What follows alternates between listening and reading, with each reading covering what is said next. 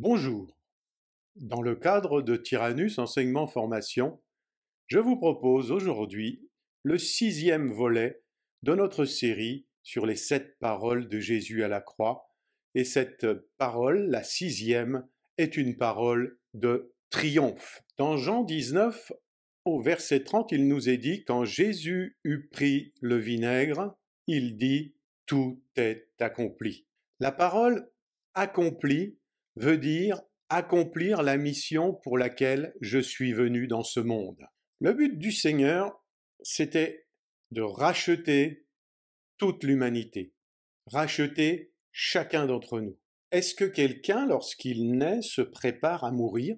Jésus est le seul qui est né avec cet objectif. Pour atteindre son but, Jésus a dû traverser beaucoup d'obstacles. Il a affronté la tentation en tant qu'être humain, il a supporté le besoin, il a connu la pénurie, il a vécu une situation précaire, il a affronté la maladie, la douleur, la malédiction et la mort elle-même. Il a pu dire: j'ai vaincu la maladie. Grâce à ce sacrifice, aucune maladie ne peut nous dominer.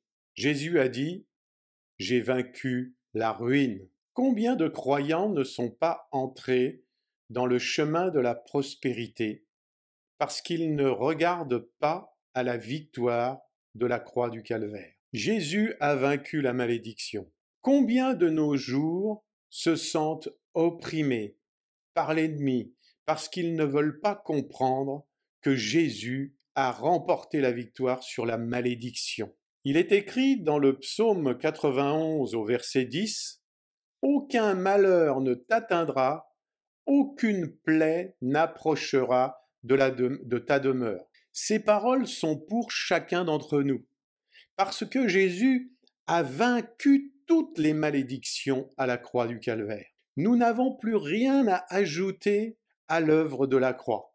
En gréco-romain, tout est accompli, c'est tétélestai. Ce terme était utilisé et employé par plusieurs catégories de personnes différentes dans cet ancien monde aux influences gréco-romaines. Il nous montre l'importance que cette expression, que Jésus n'a pas employée au hasard, veut dire. Alors, une première catégorie de personnes qui employaient ce terme, c'était les serviteurs. Lorsqu'un serviteur avait exécuté et achevé un travail, il retournait voir son maître et lui annonçait « tétélestai ». Il lui disait « Maître, j'ai fini le travail que vous m'avez demandé de faire ». Le serviteur disait que tout ce qui lui avait été confié était accompli. Le Seigneur Jésus a déclaré « Ma nourriture est de faire la volonté de celui qui m'a envoyé et d'accomplir son œuvre. » Jean chapitre 4, verset 34. Deuxième catégorie de personnes qui employaient ce terme, c'était les sacrificateurs. Quand un agneau était apporté au temple comme offrande, le sacrificateur l'examinait sous toutes les coutures pour voir s'il n'avait pas de défaut. Sinon, le sacrifice était inacceptable. Lorsque tout allait bien, le sacrificateur prononçait l'équivalent du terme tétélestai en hébreu ou en araméen. Il disait nishlam ou mulla. Cela signifiait il est parfait et convient au sacrifice. Jean-Baptiste, issu d'une famille de sacrificateurs, a dit, en voyant Jésus, voici l'agneau de Dieu. Quelque part, il disait aussi tétélestai, il est parfait. Une autre catégorie de personnes qui employaient ce terme, c'étaient les juges.